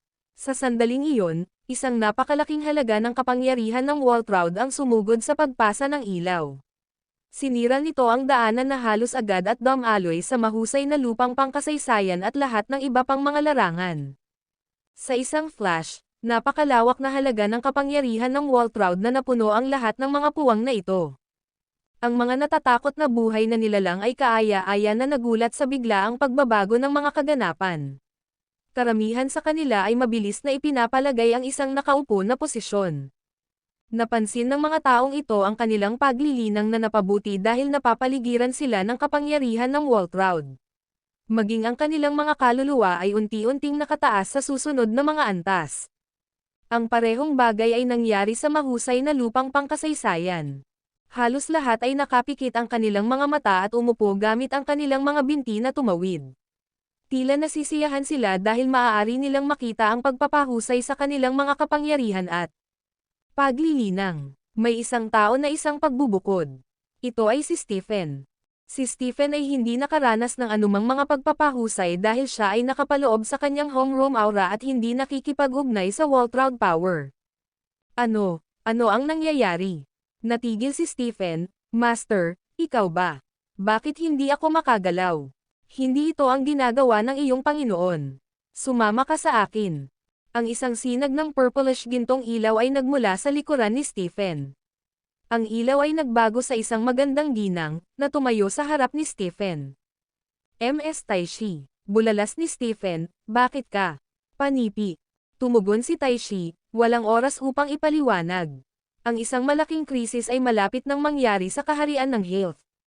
Ikaw at ako ay dapat na mag-fuse upang mapagtagos ang ilaw ng Waltraud. Hayaan mo muna ito. Nagbago si Taishi sa isang ulap ng mga itim at puting gas. Pagkatapos, ang mga gas ay pinagsama sa homeroom aura ni Stephen. Dalhin mo ako. Isang boses ang nagmula sa malayo. Ang isang bola ng nakamamatay na enerhiya ay pinilit ang daan sa pamamagitan ng kapangyarihan ng Waltraud at naabot kung nasaan si Stephen. Ito ay pinagsama kina Stephen at Taishi. Pagkatapos, lahat ng tatlo sa kanila ay nawala sa manipis na hangin. Sa sandaling iyon, isang ulap ng purplish gintong lakas ng Waltraud na material sa lugar kung saan nakatayo ngayon si Stephen. Ang lakas ng Waltraud ay mabilis na lumubog habang kinuha ito sa isang form ng tao. Nang maglaon, makikita ang figure ni James na nakatayo doon. Nakakatawa, ang James na ito ay may pulang buhok at lila ginong mga mata. Ang kanyang katawan ay napapaligiran ng siksik na kapangyarihan ng Waltraud. Nagkaroon ng isang bisyo, malaswang hangin tungkol sa kanya. Ang kanyang tingin ay lumubog sa maraming mga magsasaka na tila nasisiyahan na napapaligiran ng kapangyarihan ng Waltraud. Pagkatapos, ngumiti siya. Ang homegrown child, Taishi's aura, at tagalikha ng Merzrus energy, kung gaano katakataka. Nagawa nilang makatakas sa aking ilaw sa Waltraud. Tila nagsusumikap ka sa paghahanda sa kanila, James. Hindi ko inaasahan na magkaroon sila ng matatag na pananampalataya at paniniwala. Pa rin, narito na ako ngayon. Panahon na tayo ay nagkita at magsaya. Ang lalaki ay nagtapon ng napakaraming kapangyarihan ng Waltraud patungo sa pangkat ng mga magsasaka sa harap niya. Magsumikap sa iyong paglilinang. Lahat kayo ay magagamit sa akin sa susunod. Pagkatapos, ang tao ay nagbago sa isang sinag ng ilaw at binaril patungo sa Zymergy. Matapos umalis ang lalaki, si Truett, na isa rin sa mga magsasaka sa isang nakaupo na posisyon, ay nagbukas ng kanyang mga mata.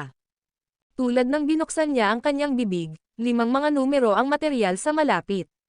Ang bawat isa sa kanila ay protektado ng espiritual na light na kalasag. Ang video na ito ay edited by Urban Storytelling. Kabanata 7235. Isang matikas na nasa gitnang babae mula sa pangkat ay nagbuntong hininga sa paningin sa harap nila. Winnie, Zane, Jacopo, at Noel, lahat ba kayo? Sa tabi niya, 4 na kabataang lalaki at kababaihan, na nagkaroon ng espiritual na Providence Light na kalasag na lumalakad sa itaas ng kanilang mga ulo, ay tumingin sa isa't isa ng maikli at umiling-iling. Ang 4 na iyon ay walang iba kundi ang mga anak ni James na ngayon ay buong matatanda. Ang babaeng nasa gitnang may edad ay kinuha sa kanilang paligid. Hindi ito nangyari sa mundo ng Tai Chi at iba pang mga lupain. Kahit na ang War Demon Tower at ang mahusay na lupang pangkasaysayan ay napuno ng kapangyarihan ng Waltraud. Si Winnie ay nagkaroon ng isang mabagsik na ekspresyon. Kung ito ay nagpatuloy, ang espiritual na patunay na naiwan ng aking ama ay ganap na maubos. Ang lahat ng mga realidad ay hindi na makagapos ng mga turo at disiplina ng aking ama.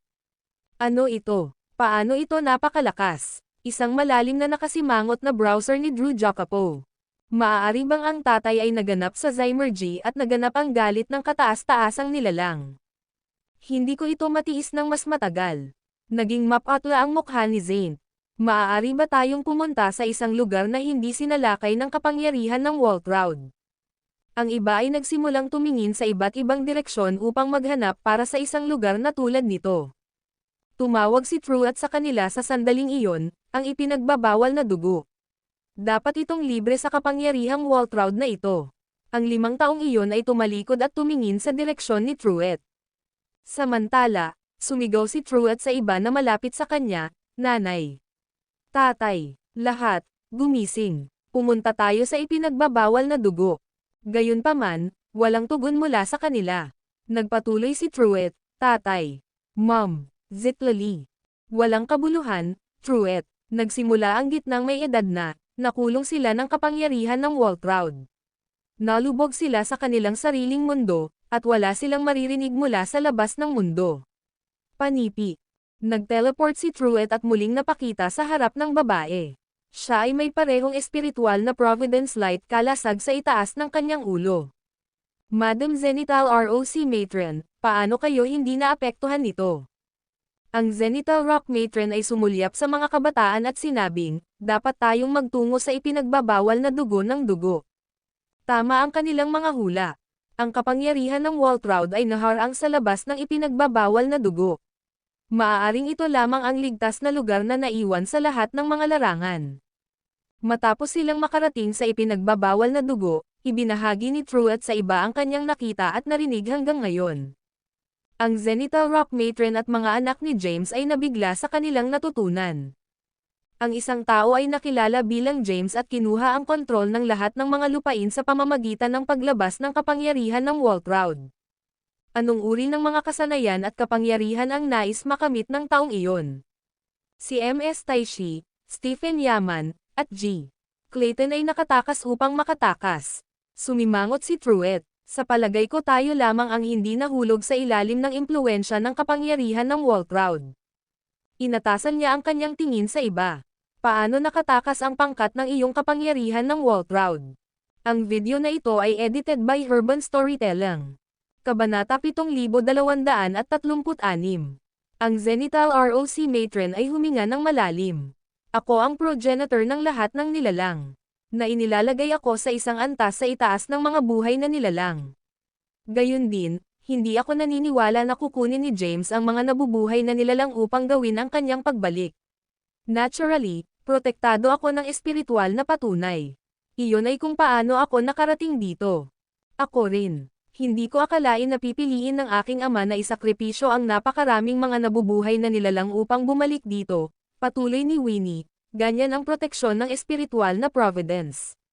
Panipi. Si Jacopo, Zane, at Noel ay nagbigay din ng mga katulad na sagot. Si Truett ay nagkaroon ng isang nakamamanghang pagtingin sa kanyang mukha pagkatapos makinig sa kanila. Nangangahulugan ito hanggat naniniwala ang isa kay James at sa kanyang pangako na makakatulong sa lahat ng mga nabubuhay na nilalang na umunlad, natural na tatanggap sila ng proteksyon ng espiritual na patunay. Kapag ang kapangyarihan ng Waltraud ay dumating sa kanila. Panipi. Bigla, itinaas ni Truett ang kanyang ulo. Ito ang kapangyarihan ng pananampalataya. Ang kapangyarihan ng mga naniniwala. Tama iyon. Iyon ay dapat. Panipi. Tumanggaw si Zenital Rock Matron. Gayunpaman, nagulat ako. Ang iyong pamilya at si James ay nagbabahagi ng isang relasyon na lampas sa pagiging mabuting kaibigan. Bakit ka lang ang isa? Ang aking mga magulang at si James ay matalik na kaibigan. Hindi nila siya nakikita sa ilaw na iyon. Sa halip, ang mga damdamin na mayroon sila para sa kanya ay malapit sa paghanga o paggalang. Panipi. Nagpapatuloy si Truett. Tungkol sa aking asawa, medyo nagulat din ako nang makita na hindi niya namamahala upang makatakas sa mga epekto ng kapangyarihan ng Waltraud. Ano ang tungkol sa Rebella, Adair, at Zeisha? Namula si Zane. Theoretical na pagsasalita, sila rin ang mga mananampalataya ng aking ama. Panipi. Ang Truett at Zenital Rock Matron ay nagpalitan ng isang makabuluhang sulyap. Pagkatapos, pareho silang tumahimik. Sa halip na isang bagay tulad ng pananampalataya, ang tatlong kababaihan ay may damdamin ng pag-ibig at pananabik kay James. Gayunpaman, hindi ito isang bagay na maaari nilang sabihin ng malakas sa mga anak ni James. Ano ang gagawin natin ngayon? Sinira ni Noel ang katahimikan noon.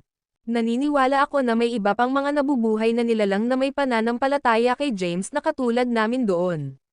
Sinabi ni Truett, sa makatuwid, ang unang bagay na dapat nating gawin ay ang pag-secure ng isang puwang na maaaring mapanatili ang kapangyarihan ng Waltraud. Maaari itong magamit bilang isang kanlungan upang tipunin ang mga mananampalataya ni James. Kasabay nito, kailangan nating pumili ng maraming tao. Ang mga taong ito ay bibigyan ng gawain ng pagtagumpayan ang kapangyarihan ng Waltraud at paglalakbay sa Zymergy upang maghanap kay James. Pinakawalan ni Truett ang isang malalim na buntong hininga. Kailangan natin siya dito. Si James ang nag-iisang tao na makakapagtipid sa ating mga mundo, pagkatapos ng lahat. Tumanggaw si Zenital Rock Matron at ang mga kabataan matapos pakinggan ang mga mungkahi ni Truett. Tumugon si Winnie, si Jacopo ang pinakamalakas sa amin. Hindi lamang siya si Mr. Ang alagad ni Clayton, ngunit nakatanggap din si Jacopo ng pamana ni Emperor Hordes. Angkop siya para sa Zymergy mission. Panipi. Dapat kang sumama sa kanya, idinagdag ng Zenital ROC Matron, pareho kayong napakahusay sa ilalim ng mga turon ni Clayton. Nagtataglay ka rin ng pagpatay sa enerhiya na ang ibang mga buhay na nilalang ay nakakatulong sa iyo na malampasan ang kapangyarihan ng Waltraud. Tulad ng para sa Zane, dapat kang sumama sa akin sa walang bisa. Dapat nating makahanap ng ligtas na puwang doon. Ibinaling niya ang tingin kay Truett. Truett, ikaw si James's matalik na kaibigan. Minsan ka ring pinuno ng matuwid na alyansa.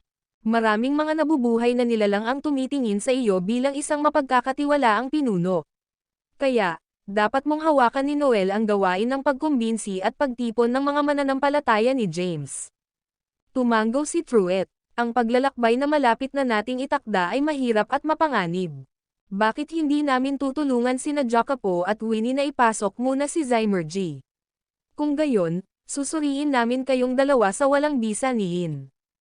Marahil ay tatakbo tayo sa ilang mga mananampalataya ni James. Iyon ay isang mahusay na ideya. Nagbigay si Jacopo ng isang hinlalaki. Napangiti si Truett. Ito ay lahat dahil tinuruan ako ng iyong ama.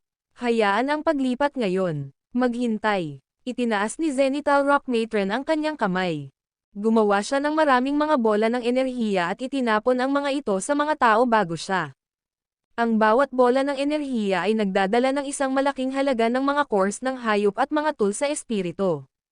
Magagamit sila sa madaling gamiting mga emerhensya. Dapat kayong lahat ay kumuha ng isa. Panipi. Matapos ang bawat isa ay kumuha ng isang bola ng enerhiya, lahat ng mga ito ay lumabas mula sa ipinagbabawal na dugo. Ang video na ito ay edited by Urban Storytelling. Kabanata 7237. Bak sa 49 na langit, ang templo ng Goyoan ay nabawasan sa basurahan. Magaan ang buhok ni James habang ang 9 na magagandang tibak ay nagpaligid sa kanya. Napapaligiran din siya ng isang siksik na layer ng hindi nagpapakilalang gas. Pagkatapos, sinaksak ni James ang kanyang mga palad. Sa isang flash, ang 9 na mga espada sa paligid niya ay bumaril at pinagsama sa kanya. Nang maglaon, isang napakalaking tibak ng itim at puting mga pattern na kumikinang na may isang purplish gintong ilaw ay nabuo. Ang tibak ay umikot sa itaas ni James at dahan-daang pinaikot. Lumabas ito ng isang banayad na glow na nagbigay ng isang hindi mapang-akit na aura. Inayos ni James ang daloy ng hindi nagpapakilalang gas sa kanyang katawan at binuksan ang kanyang bibig. Bakit itago ang iyong sarili kapag nakaranas ka ng problema sa darating? Dito, panipi. Matapos sabihin ni James na, isang bola ng purplish gold light ang lumipad mula sa malayo at huminto sa isang lugar sa malayo. Nagbago ito sa isang tao na mukhang eksaktong katulad ni James ngunit may purplish gold na mga mata at pulang buhok. Hindi tulad ng tunay na James, ang taong ito ay may isang hindi mapakali, masamang aura. Nagradiated siya ng isang kakilakilabot na halaga ng kapangyarihan ng Waltraud.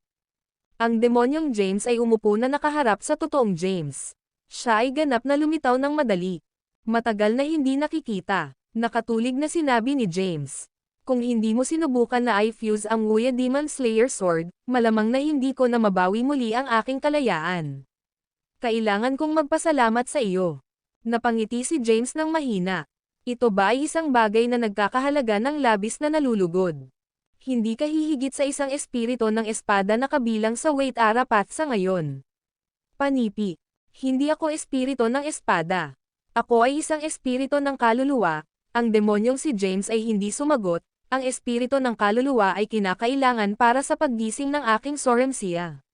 Sa katunayan, ito ang pinakamahalagang bahagi ng paggising. Panipi. Aling kaluluwa ka ng kaluluwa? Tanong ni James. Tumugon ang demonyong James, nagkamali ka. Mayroon lamang isang espiritu ng kaluluwa, at halos hindi tayo masisira.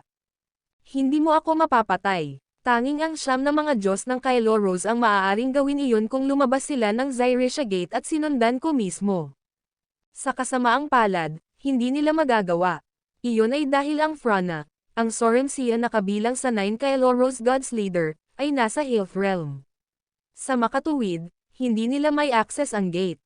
Mahinahon na tinanong ni James, iyon ba ang dahilan kung bakit ka sobrang cocky sa harap ko? Hahaha, tumawa ang demonyong James. Hindi lang iyon ang dahilan. Kinuha ko rin ang hostage ng living beings. Kasama rito ang iyong mga kaibigan at ang 2 anak na homeroom. Panipi. Si James ay tila hindi nababagabag sa bahagya ng balita.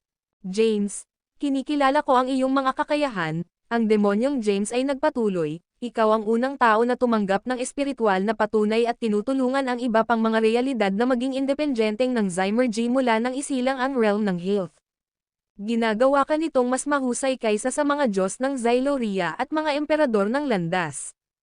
Kung hindi ito para sa malakas na ilaw ng tibak na ginawa sa panahon ng pagsasanib ng Wuya Demon Slayer Sword, hindi ko makita ang aking pagkakataon na tumusok sa pamamagitan ng espiritual na patunay na iyong itinatag.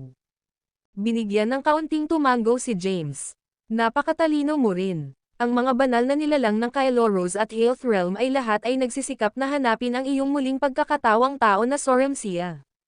Gayunpaman, pinaghiwalay mo talaga ang iyong soremsia at kaluluwa ng kaluluwa. Ginawa mo ang gayong masalimuot na plano upang lokohin ang mga banal na nilalang at ang 9 na mga Diyos ng Kylo Rose na walang kabuluhan. Kaya, Sa palagay ko ay gumawa ka ng higit pa kaysa sa paghihiwalay lamang sa iyong kaluluwa ng kaluluwa at Sorremsia. Panipi. Ang demonyong James ay itinapon ang kanyang ulo at sumabog na tumatawa. Akala ko ay hindi na magkakaroon ng isa pang banal na pagkatao mula sa Health Realm na maaaring makamit ang antas ng paliwanag na malapit sa minahan. Sino ang nakakaalam na ito ay isang tao na sumailalim sa aking mga turo at pilosopiya na ginawa nito? Gaano katakahanga? Sinabi ng demonyong James sa isang mababang tinig, tama ka. Marami akong mga plano na wala sa iyo ang nakakaalam. Maaari ko ring sabihin sa iyo ito. Tutulungan mo ako kahit na kung magpapatuloy ka sa iyong mga plano. Nakalulungkot, wala kang pagpipilian kundi ang pindutin mula nang malapit na ang oras ng aking pagbabalik. Ang tanging paraan para sa iyo na maging par sa akin sa isang labanan ay upang sakupin muna ang Huya Palace at Path Designation Bid. Panipi. Arched ang mga browser ni James. Hindi ka ang aking panloob na demonyo. Kaya, bakit abala ang pagkuha sa aking hitsura? Hinahangaan mo ba ako? O marahil ay mukhang pangit ka sa iyong tunay na hitsura? Panipi.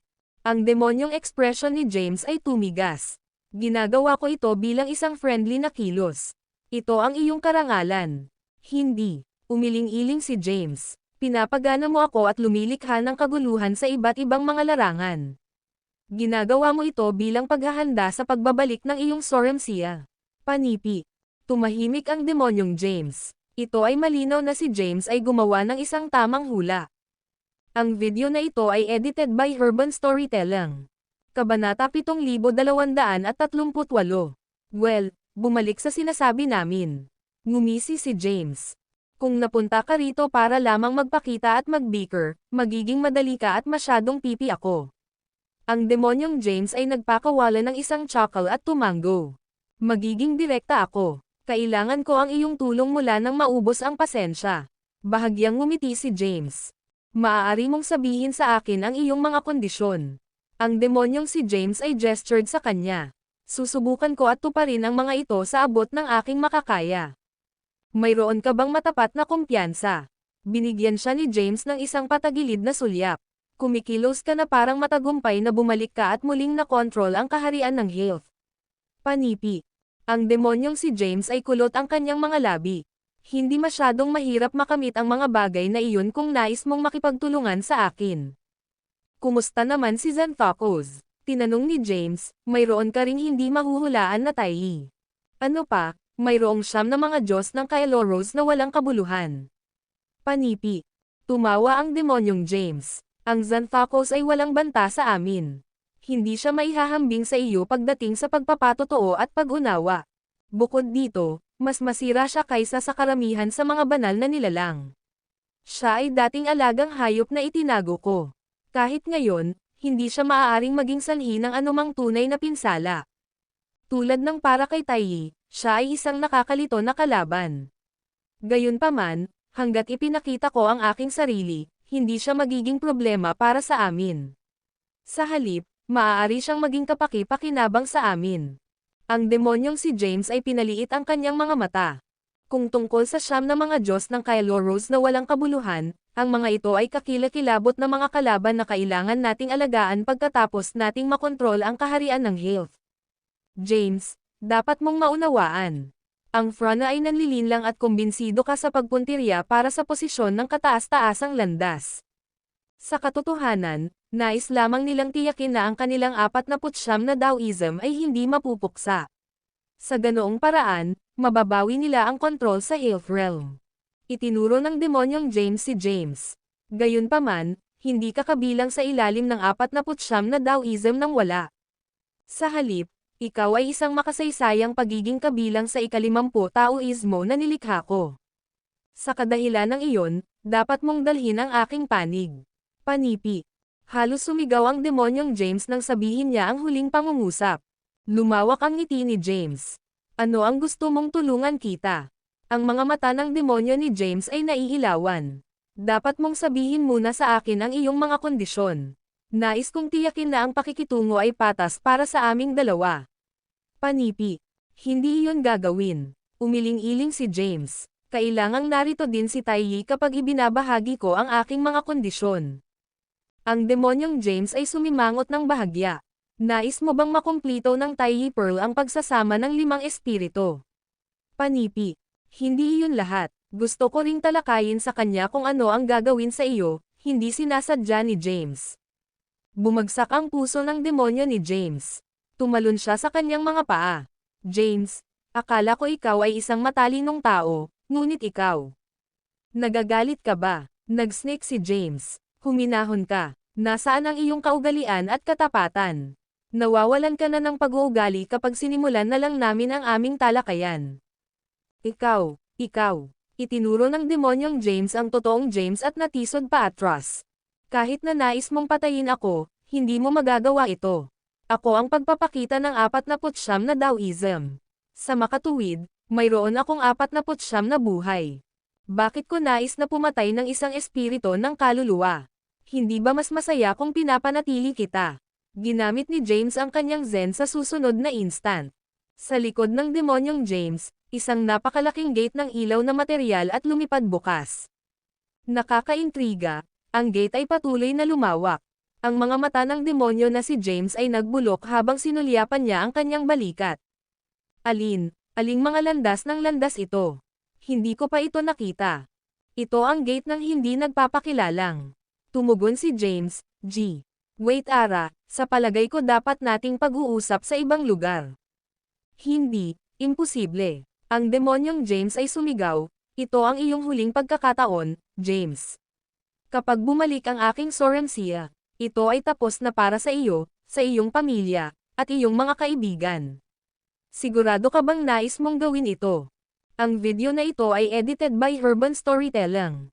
Kabanata 7239. Ang Gate of Anonymous ay lumawak at nakaunat hanggang sa ang mga dulo nito ay ganap na hindi nakikita. Bigla, ang hindi nagpapakilalang ilaw na inilabas mula sa gate ay lumago. Ang espiritu ng kaluluwa ng Wait Ara ay lumawak ang kanyang mga mata sa pagpansin ng pagbabago. Kasabay nito, siya ay nilamon ng ilaw. Kapag siya ay kumurap, ang espiritu ng kaluluwa ng Wait Ara Path ay natagpuan ang kanyang sarili na dinala sa isang kakaibang puwang. Ang maganda, berdeng tanawin ay nakaunat sa harap ng kanyang mga mata. Maaari rin niyang makita ang iba't ibang mga nilalang na malayang gumagala sa matahimik at mapayapang espasyo. Nagdilim ang mukha ng kaluluwa ng diwa ng Wait Ara. Pupuntahan mo ba ako dito, James? Mapanganib ito doon. Hindi ko hahayaan na gumala ang isang espiritu ng kaluluwa sa labas ng walang ingat. Gumawa si James ng isang bote ng Chaos Absinthe. Bukod sa, hindi kita papayag na lumibot sa hitsura na iyon. Ako ang mawawalan ng mukha kung gumawa ka ng anumang bagay sa labas. Ang espiritu ng kaluluwa ng Wait Ara Path ay pansamantalang natigilan ng marinig ang kanyang mga salita. Samantala, itinaas ni James ang kanyang kamay at pinagsama ang isang malaking ilaw na orb sa harap ng espiritu ng kaluluwa ng Wait Ara Path. Ang isang imahe ay ipinakita sa light orb. Ang espiritu ng kaluluwa ng Wait Ara Path ay maaaring makita mula sa imahe ang lugar kung saan siya at si James ay nag-uusap kanina. Gayunpaman, maraming iba pang mga tao ang nagtipon sa lugar sa ngayon. Ang Thea, Morgoth, Yanni, at Harper ay ipinakita sa imahe. Maliban sa ilan sa kanila, si Taichu, Lord Goyo, at ang iba pang 3 mga emperador ng landas ay naroon din. Lahat sila ay nag-scan ng kanilang paligid na may maingat at mabangis na pagtingin sa kanilang mga mukha. Nagsimula si Emperor Cosimian, naramdaman ko ang isang malakas at pamilyar na aura kanina. Paano ito nawala ngayon? Naramdaman ko rin ito, sinabi ni Julius sa isang mababang tinig, ito ay ang aura ng isang tao na minsan ay namuno sa buong kaharian ng Health. Panipi. Bumalik siya. Ang mga mata ni Taicho ay makitid. Siya lamang ang may isang aura na tulad nito. Si Lord Goyo at Emperor Stavros ay nagpalitan ng isang malabong na sulyap ng tahimik. Si Morgoth ay nag-furrow ng kanyang mga browser at nagtanong, Thea, ano ang kanilang pag-ungol? Ito ang landas ng Wait Ara. Si Thea ay may nababahala na hitsura sa kanyang mga mata. Naramdaman ko rin ito ngayon. Mahabang hininga si Yanni. Hindi ko naisip na babalik siya sa lalong madaling panahon. Bumalik na ba talaga siya? Si Harper ay umuungol halos hindi sinasadya. Ito ang aura ng Wait Ara Path, nagsimula si Lizzie. Gayunpaman, hindi ito ang kanyang Soremsia na gumawa ng isang pagbalik. Ito ang kanyang kaluluwa. Ang iba ay nagulat nang marinig ang sinabi ni Lizia. Alam nila ang tungkol sa Soremsia ng Wait Arapat. Gayunpaman, wala sa kanila ang nakarinig ng anumang bagay tungkol sa kanyang kaluluwa na espiritu. Matalino siya. Nagpatuloy si Lizia, pinaghiwalay niya ang kanyang Soremsia at espiritu ng kaluluwa. Pagkatapos, itinago niya ang kanyang kaluluwa na espiritu sa loob ng espada ng demonyo ng Wuya at hinati ang Taybak sa 9 na bahagi. Pagkatapos, ginamit niya ang kanyang Soremsia upang linlanggan kami at niloko ang lahat. Tila nasa sabik si Morgoth matapos pakinggan ang paliwanag ni Lizia. Isang espiritu ng kaluluwa. Nice. Hindi ito magiging ganap na walang kapantay. Kailangan nating hanapin ito ngayon. Ang sinumang kumakain nito ay makakakuha ng hindi maisip na mga kapangyarihan. Panipi. Ang espiritu ng kaluluwa ng Wait Arapat ay nanginginig habang nakita niya ang mga masungit, matako na pagtingin sa mga mata ni Morgoth. Noon lang, tila may napansin si Lizia. Tumalikod siya at tumingin mismo sa direksyon kung saan ipinapakita ng imahe ang pangkat ng mga tao. Sumimangot siya ng bahagya. Maaari mong maantala ang pagbabalik ng Soremsia ng Wait Arapat sa pamamagitan ng pagpapanatili ng kanyang kaluluwa sa ilalim ng iyong kontrol. Alalahanin kung ano ang iyong mga layunin, at hindi ka mahuhulog para sa kanyang panlilinlang. Tandaan, ang isang maling hakbang ay maaaring humantong sa masakit at kakilakilabot na mga kahihinatnan. Nang marinig ang mga salitang iyon, ang espiritu ng kaluluwa ng Wait Arapat ay mabilis na tumalikod kay James. Ang video na ito ay edited by Urban Storytelling. Kabanata 7240. Babalakan niya. Mukhang hindi kanya masyadong pinagkakatiwalaan, sabi ng espiritu ng kaluluwa ng Wait Arapat. Nanatiling tahimik si James. Sa isang utos ng kaisipan mula sa kanya, nawala ang ilaw na orb na may imahe. James, hindi mo ba ito nakikita? Ang espiritu ng kaluluwa ng Wait Arapat ay naayos ang kanyang tingin kay James. Maaaring siya ang iyong pangalawang katawan at marami kang tinulungan. Ang dalawa sa inyo ay maaaring sa pamamagitan ng hindi mabilang na mga sandali ng buhay at kamatayan. Gayunpaman, hindi nito binabago kung paano kadalawa sa panimula. Siya ang Soremsia ng isang Kailoros na Diyos ng wala, samantalang ikaw ay isang historial. Ipinanganak ka mula sa historial Taoism na isang paglabag laban sa 49 na Taoism na nilikha ng mga Diyos ng Kailoros. Hindi niya ako sinusubukan na paksain ako. Sa halip, sinusubukan niyang alisin ang historial Taoism, na iyong ugat at pinagmulan. Kayong dalawa ay hindi kailanman makakasama. Kaya, paano mo siya papayagan sa iyong koponan? Sa kabila ng mahabang talumpati ng kaluluwa ng Wait Arapat, si James ay hindi lumitaw nang ibagsak niya ang bote ng Chaos Absinthe. Ang espiritu ng kaluluwa ng Wait Arapat ay nagbuntong hininga at tumango. Dinala mo ako sa gate ng Anonymous upang maprotektahan ako sa halip na dalhin ako bilang isang bilanggo. Nagpapasalamat ako para doon. Ipinakita nito na tama ako tungkol sa iyo. Matapos lumabas ng Wuya Demon Slayer Sword, maaari akong manatiling nakatago at maghintay hanggang sa magtagumpay ang aking Soremsia. Ang espiritu ng kaluluwa ng Wait Arapat ay nagtaas ng kanyang tinig, gayunpaman, kinuha ko ang peligro at napunta sa 49 na langit upang makita ka. Ito ay dahil alam kong ikaw ay isang matalinong tao. Hindi mo hayaan ang anumang mga banal na nilalang na manipulahin ka. Ayaw mong maging alipin nila. Nagpatuloy siya, ikaw at ako ay magkapareho. Sinubukan mong husto upang salungatin ang iyong kapalaran. Sa pamamagitan ng iyong walang tigil na pagsisikap, ang espiritual na patunay ay umiiral. Ikaw ay naging Panginoon ng lahat ng mga nabubuhay na nilalang at nasiyahan sa kaluwalhatian na dumating sa posisyon. Parang kulang ako ng kaunting swerte kung ihahambing sa iyo. Sinusubukan ko ang aking makakaya upang pigilan ang pang-aapi at pagmamanipula ng mga taong iyon. Ang realm ng health ay umiral dahil sa akin. Bakit ang lahat, kasama na ako, ay sumailalim sa kanilang mga Taoism at mga patakaran? Ito ba ay patas? Maaari mo bang tawagan ang Der Nature na ito? Ang emosyonal na pagsasalita ng kaluluwa ng Wait Arapat ay nagambala sa malakas na ingay ng pagsira sa baso. Inilagay ni James ang kanyang walang laman na bote sa lupa, pinaputok ito.